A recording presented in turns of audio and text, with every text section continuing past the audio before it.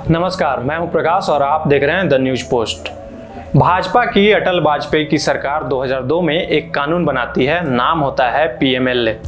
मगर इस कानून को और भी धार देकर लागू करती है 2005 में मनमोहन सरकार। उस समय मनमोहन सरकार के वित्त मंत्री थे पी चिदम्बरम।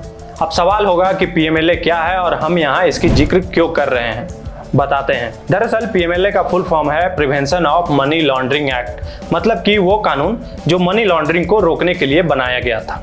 इस कानून के जरिए एक केंद्रीय एजेंसी को इतना पावर दे दिया जाता है कि उसे देश के किसी भी व्यक्ति, चाहे वो कोई नेता या मंत्री ही क्यों ना हो, उसे गिरफ्तार करने या उसके यहाँ छापा मारने या उसकी प्रॉपर्टी जब्त करने के लिए इस एजेंसी को किसी भी सरकार की अनुमति की आवश्यकता नहीं होती है। इस एजेंसी का नाम है ईडी, यानी कि इन्फोर्समेंट डायरेक्टरेट, हिंदी में प्रवर्तन निदेशालय। पहले हम यह बताते हैं कि आज हम इस एजेंसी का जिक्र क्यों कर रहे हैं।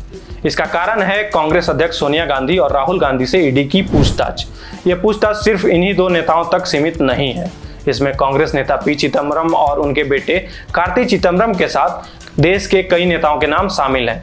राहुल गांधी से पूछताछ के बाद अब ईडी कांग्रेस अध्यक्ष सोनिया गांधी से पूछताछ कर रही है। इसके विरोध में पूरे देश में कांग्रेसी कार्यकर्ता सड़क पर उतर आए हैं। जगह जगह विरोध प्रदर्शन हो रहे हैं। सोनिया गांधी और राहुल गांधी हो या पी चिदम्बरम, किसी भी कांग्रेसी नेता ने यह नहीं सोचा होगा कि जिस कानून को उन्होंने लागू किया है वे ही इस कानून के चंगुल में फंस जाएंगे। बाकी का तो पता नहीं, मगर पी चिदम्बरम ने जरूर ऐसा नहीं सोचा होगा, क्योंकि 2005 में वे ही वित्त मंत्री थे जिन्होंने एक कानून लागू किया था। ईडी ने पिछले 17 सालों में 3000 से भी ज़्यादा छापेमारी की है, वहीं 5000 के करीब केस रजिस्टर्ड किया है। मगर इन 17 सालों में मात्र 23 मामलों में ही आरोपी को सजा हुई है। अब सवाल ये उठता है कि क्या ईडी इस पीएमएलए कानून के पहले नहीं था या कोई और एजेंसी नहीं है जो ईडी को इतना पावर दे दिया गया। तो जवाब है कि ईडी पहले भी था। ईडी की स्थापना तो 1 मई 1956 को ही हो गई थी, मगर इसके किस्से पिछले 10 सालों से ही सुने गए हैं। वहीं देश में सीबीआई और एनआईए जैसी और एजेंसी भी हैं, मगर इनकी शक्तियां सीमित हैं। अगर सीबीआई की बात करें तो Delhi police special establishment act 1946 के तहत बनी सीबीआई को अगर किसी भी राज्य में कार्रवाई के लिए घुसना है तो उसे उस राज्य की अनुमति लेनी जरूरी होती है। बिना राज्य सरकार की अनुमति के सीबीआई किसी राज्य में नहीं घुस सकती। 2020 में देश के 8 राज्यों ने सीबीआई को अपने राज्य में घुसने पर रोक लगा दी थी। इसमें पंजाब, राजस्थान, पश्चिम बंगाल, झारखंड, महाराष्ट्र, छत्तीसगढ़, केरल और मिजोरम जैसे राज्य शामिल थे। इन राज्यों में सीबीआई नहीं घुस सकती। हाँ, अगर कोर्ट आदेश देती है तो सीबीआई राज्य सरकार की अनुमति के बिना भी घुस सकती है।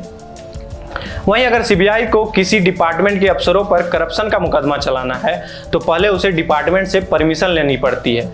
वहीं अगर सीबीआई के बाद एनआईए की बात करें तो एनआईए देश में कहीं भी कार्रवाई कर सकती है, मगर तभी तक जब तक मामला आतंक से जुड़ा हुआ हो। मगर ईडी देश में कहीं भी मनी लॉन्ड्रिंग के किसी भी मामले में कार्रवाई कर सकती है। वह किसी के यहाँ भी रेड डाल सकती है, किसी की भी प्रॉपर्टी जब्त कर सकती है और उसे इन कार्रवाई के लिए सरकार की अनुमति की भी जरूरत नहीं है। देश में पिछले कुछ सालों में ईडी ने इतने रेड डाले हैं कि आज हर वो लोग जो गलत तरीके से पैसे कमाते हैं वे इससे डरते हैं। हालांकि कई मामलों में ईडी की कार्यशैली पर भी सवाल उठे हैं, मगर ईडी की जो भी कार्यशैली रही हो, कांग्रेस ने ये कभी नहीं सोचा होगा कि वह जिस एजेंसी को इतना पावर दे रही है वह उसी के लिए सबसे बड़ी मुसीबत बनेगी। ऐसे और भी न्यूज के लिए बने रहिए द न्यूज पोस्ट के साथ। धन्यवाद।